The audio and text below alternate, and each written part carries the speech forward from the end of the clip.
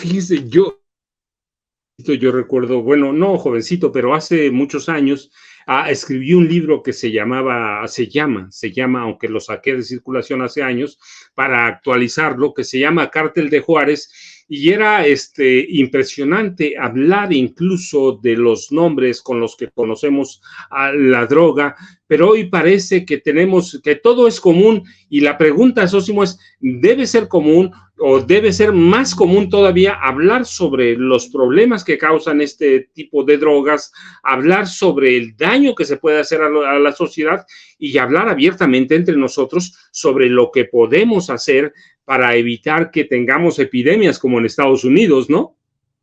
Sí, y ayer hablábamos de esta Agenda Nacional de Riesgos, en la que, bueno, pues es elaborada por las instituciones de seguridad nacional de este país. Confluyen la sección segunda del Ejército, la Unidad de Inteligencia Naval, y concluye de manera importante el Centro Nacional de Inteligencia en esta Agenda Nacional de Riesgos. Y me parece que el consumo de drogas tendría también que aparecer en esta Agenda Nacional de Riesgos, más allá de que los cárteles, la acción de los cárteles de narcotráfico, que de suyo ya está ahí en esa Agenda Nacional de Riesgos en los primeros lugares, pero también hay que recordar que precisamente lo que le da vida a estos cárteles de narcotráfico, pues son finalmente los consumidores, sean víctimas de esta industria también, pero finalmente mientras haya demanda, pues habrá este tipo de cárteles. Entonces, creo que también la Agenda Nacional de Riesgos tiene que incluir el narcotráfico, pero desde el punto de vista del consumo, de qué hacer para tratar de disuadir o de que siga creciendo este consumo. Además, a mí me ha parecido preocupante que haya crecido en alrededor de 800%, por ejemplo, el consumo de metanfetamina del sexenio de Felipe Calderón a la fecha, y que incluso pues hoy se convierta en el primer lugar de atención por emergencia de las agencias sanitarias de este país, el consumo de este tipo de metanfetaminas, anfetaminas y éxtasis, incluso por encima del propio alcohol. Esto nos está hablando de que, pues sí, durante varios años y sexenios se dejó de lado pues las políticas que previeran este asunto. Siempre se dijo, pues México es un país nada más de tránsito, que de suyo ya tiene su problemática, pero es de tránsito. No, imaginemos ahora que no podemos resolver el problema de que México sea un país de tránsito, y va a ser muy complicado resolverlo porque tenemos al mercado más grande del mundo, allende la frontera norte. Entonces, no podemos resolver el problema del tránsito, del trasiego de drogas por territorio nacional. No puede ser que entonces ahora le sumemos otro problema y que tiene que ser ya el consumo aquí interno de este tipo de drogas que devienen, pues decíamos, en lo que ya comentábamos, en las cuestiones de crisis para las propias familias, pero además en lo que generan, pues generan hechos de violencia, escenarios de violencia de manera muy importante, es decir, derivan en problemas sociales muy importantes. No podemos permitir que al problema del trasiego de drogas se sume otro que pudiera ser el del consumo de drogas, sobre todo entre la población joven del país. Mire, por favor, es bien importante entender qué es una metanfetamina, porque de pronto parece que lo decimos así como, son metanfetaminas. No, mire, hay que recordar, son drogas sintéticas, drogas de diseño, estimulantes, y son muy, muy adictivas. Y podemos tener muchos nombres y no debemos hacerlo normal, sí debemos hablar de ellas, pero en la familia cuando escuchemos alguno de sus nombres, que todos los conocemos, ¿no? Hielo, azul, anfeta,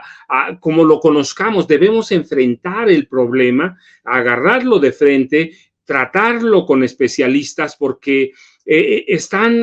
estructurados, como decía Sósimo, estructurados en las personas jóvenes o muy jóvenes, en personas en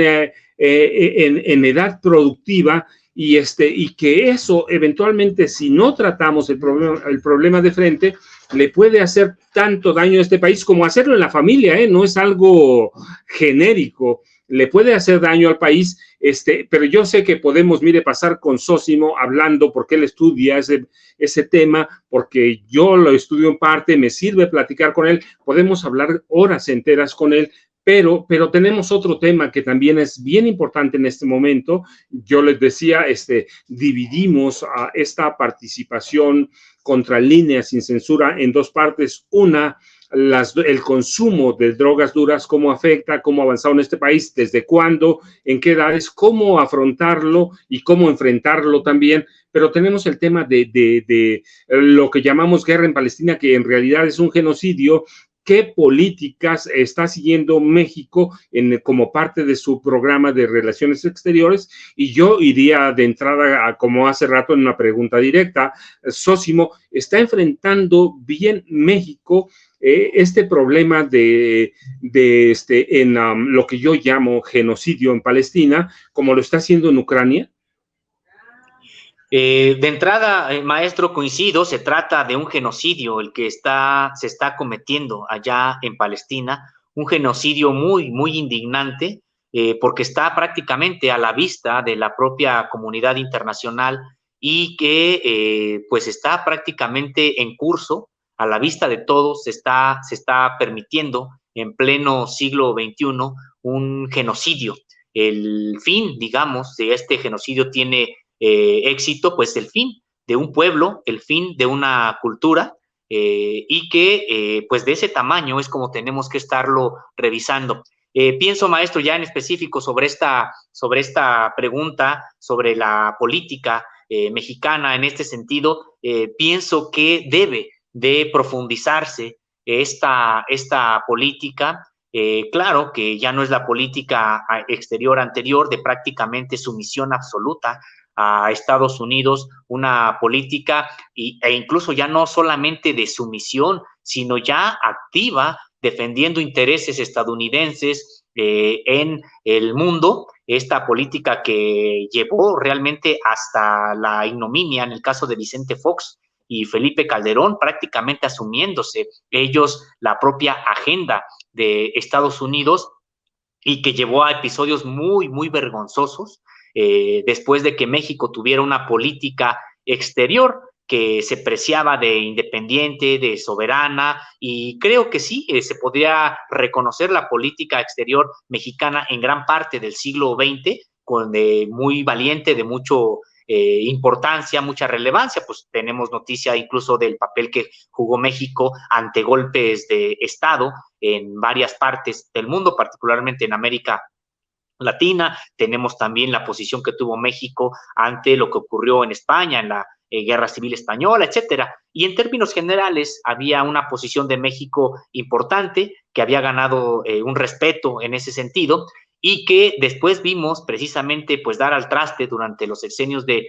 Felipe, sobre todo el de Felipe Calderón y el de Vicente Fox, donde pues ya prácticamente México se convirtió en un aplaudidor incluso de Estados Unidos, decíamos a veces hasta el ridículo, recordar aquel Come si te vas, por ejemplo, de Vicente Fox, realmente muy, muy vergonzoso, y pues sí,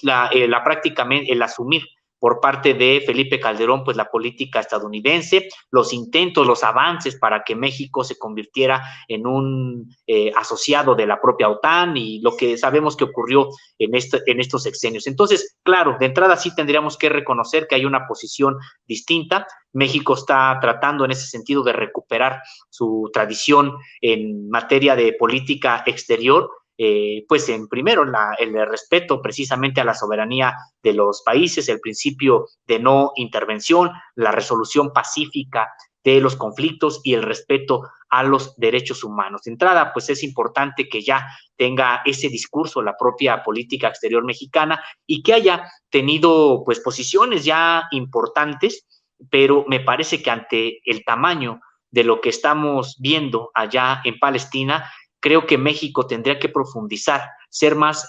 pues todavía consecuente con este discurso que ya existe y creo que pues es el momento de sumarse, por ejemplo, a ya determinaciones, acciones que han tenido, diplomáticas, por supuesto, estamos hablando de acciones pacíficas, pero finalmente con un mensaje político importante, como las que ya han tenido países de propia América Latina, de manera muy destacada Colombia, de manera muy destacada también Bolivia, incluso Brasil. Entonces creo que es la oportunidad de que México se sume a esta exigencia a Israel